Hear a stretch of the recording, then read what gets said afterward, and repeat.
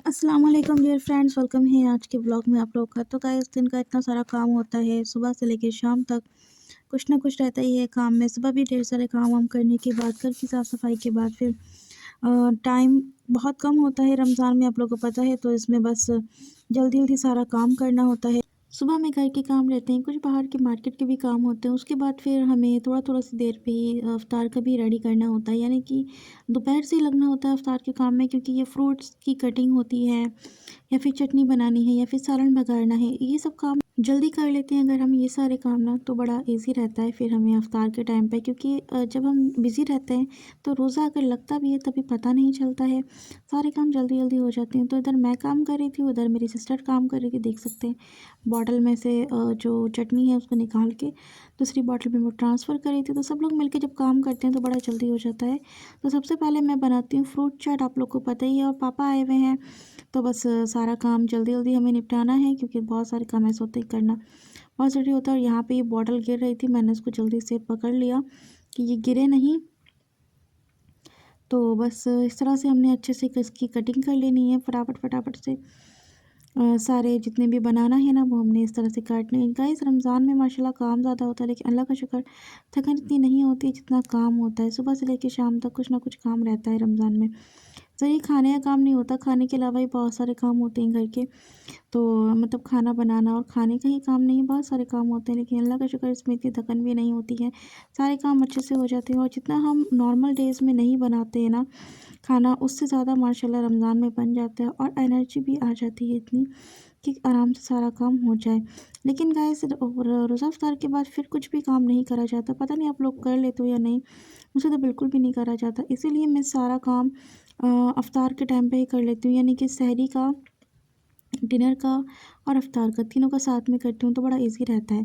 तो ये फ्रूट चाट में मैं डाल रही थी आज अमरूद भी, तो 2 अमरूद मैंने लिए हैं। अमरूद बड़े बहुत ज़्यादा टाइट वाले थे, बहुत घुले वाले जो होते हैं ना वो थोड़ा सही रहता है हल्का-सा।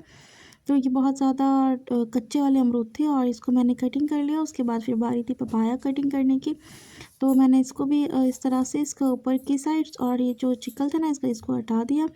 और हटाने के बाद फिर मैं इसकी भी कटिंग कर लूँगी। फ्रूट चाट में आप जितनी चीज़ें डालो उतना अच्छा है।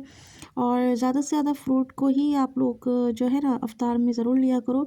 भले ही आप उसका फ्रूट चाट बना के खाओ या फिर उसको ऐसे बिना फ्रूट चाट बनाए भी ले सकते हो, लेकिन ज़रूर लिया करिए। इससे क्या होता है कि दिन भर की जो वीकनेस होती है ना रोज़ा की, वो ख़त्म हो जाती है, एनर्जी आ जाती है।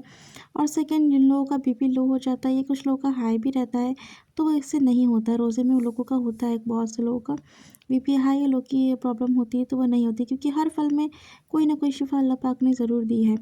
तो इस तरह से हमने इसमें नमक डालना है और उसके बाद फिर इसमें चीनी डालेंगे। तो हर फल किसी न किसी बीमारी में काम आता है, इसलिए फल सारे खाने चाहिए। सब चीज़ें डालने के बाद इसको मैं कर रही हूँ अच्छे से मिक्स, क्योंकि ये हमारा फ्रूट चाट बनके हो गया बिल्कुल रेडी। यहाँ पे मैं एक्टिंग कर रही थी, उधर सानिया अपनी वीडियो अपलोड कर रही थी। तो साथ साथ सारे काम हो जाते हैं, बड़ा सही रहता है, बड़ा इजी रहता है। मैं भी इसलिए सुबह के टाइम पे ही वीडियो को अपलोड कर देती हूँ। कितनी बार टाइम नहीं मिलता है गाइस, तो इतना बिजी डे और के हो गया है ना रमज़ान की वजह से, कि फिर सहरी के टाइम पे मुझे वीडियो को अपलोड करना पड़ता है। तो बस ये हो गया हमारा फ्रूट चाट रेडी। उसके बाद फिर हम और जो चीज़ें हमने निकालनी है ना वो हम निकाल लेते हैं। उसके बाद फिर मैं अंगूर निकाल रही थी, तो मैंने कहा अभी रहने दो, अंगूर को बाद में कर लेना। मैंने कहा चलो ठीक है, रहने देते हैं। फिर मैंने ये तरबूज़ कटिंग करा और तरबूज़ पापा आए थे तो पापा लेके आए थे। तो यहाँ पे नहीं मिल रहा था, पापा बाहर से मार्केट से इसको लेके आए थे। आप लोग कह रहे थे ना दीदी तरबूज़ का, तो तरबूज़ ये है।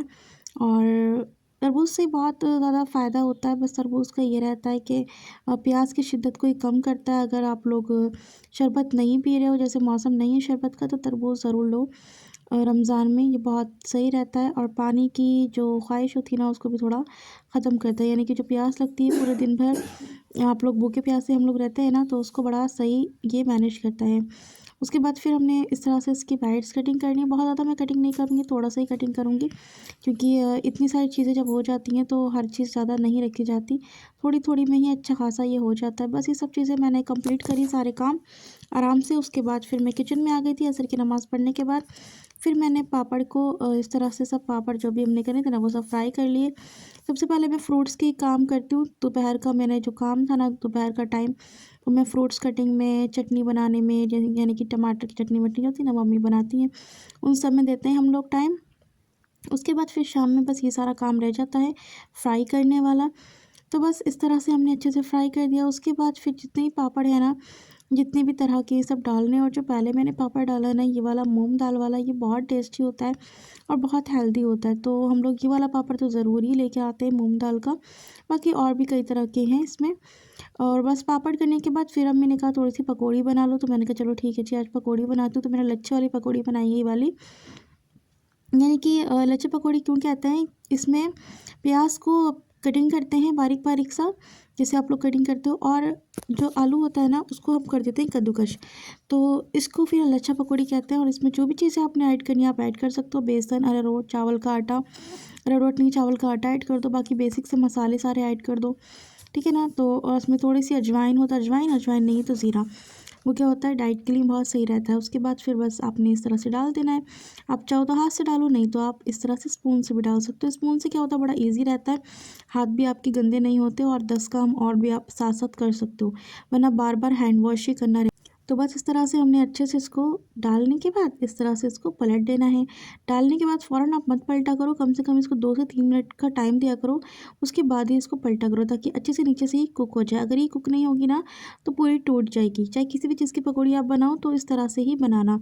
रमज़ान में पकौड़ी का ट्रेंड बहुत ज़्यादा रहता है। वो बातें नहीं, लोग कहते हैं कि रमज़ान में तराबी फ़र्ज़ हुई थी, पकौड़ी और पकौड़े हमने खुद फ़र्ज़ करे। तो सही ज़ाहिर सी बात है, बिल्कुल सही लोग कह रहे हैं। मैंने काफ़ी रील्स में देखा है, बहुत सही कहा लोगों ने, क्योंकि ये पकौड़ी, पापड़ और शरबत 3 ऐसी चीज़ें हैं जो दस्तरख़्वान पे होना सबके लाज़मी हो गई है, और होती ही है। ज़्यादातर लोग ज़रूर इफ्तार में इसको लेते हैं, बिना इसके इफ्तार नहीं लगती। तो बस सारी पकौड़ियों को हमने निकाल लिया बना के। इस तरह से ही गोल्डन करना था, मुझे बहुत अच्छा सा कलर देना था, क्योंकि पापा को इस तरह से ही गोल्डन और अच्छी सी क्रिस्पी वाली ही पसंद है। तो मैंने बस इसको बनाया। उसके बाद फिर अम्मी ने कहा चलो थोड़े से ना ब्रेड पकौड़े ही बना लो। तो मैंने कहा चलें, अभी तो ऑयल गर्म है, ब्रेड पकौड़े ही बना लेते हैं। तो बस मैंने जल्दी से इस पे अच्छे से लगाया, बेसन कोटिंग करी। और मैंने कोई भी ब्रेड पकौड़े में ना आलू वालू नहीं डाले, सिंपल हाफ़ ब्रेड से ही बनाया है इसको, ठीक है ना। बस ऐसे ही डाल दिया, क्योंकि टाइम बहुत कम था और मुझे काम बहुत जल्दी जल्दी करना था, इसलिए मैंने इसको ऐसे ही डाल के और अच्छे से बना के निकाला है। और इसको भी हम 2-3 मिनट का टाइम देंगे। जब ये हो जाएगा इसके ऊपर इस तरह से ऑयल डालेंगे, उसके बाद फिर हम इसको पलटेंगे, ठीक है ना। तब ये गोल्डन हो जाएगा, उसके बाद फिर हम इसको निकालेंगे। और इफ्तार का टाइम हो रहा था, मैंने जल्दी से ब्रेड पकौड़े निकाला। उसके बाद फिर मैंने दस्तरख़्वान लगा दिया, और देखते हैं दस्तरख़्वान पे क्या क्या। देखिए पापा सब देख रहे हैं, निकाल निकाल के घुगनी बनाई है हमने। घुगनी कहते हैं काले वाले चने को, सिंपल जो बनते हैं। और ये फ्रूट चाट है, बाकी पापड़ है, पकौड़ी है, और माशाल्लाह बहुत कुछ है। सब लोग बैठ गए हैं और सब लोग दुआएं कर रहे हैं। और ये है पापा भी दुआएं कर रहे हैं। इफ्तार के टाइम पे दुआ बहुत जल्दी कबूल होती है, तो आप लोग भी करा करें। मिलते हैं इंशाल्लाह नेक्स्ट व्लॉग में। अल्लाह हाफिज़।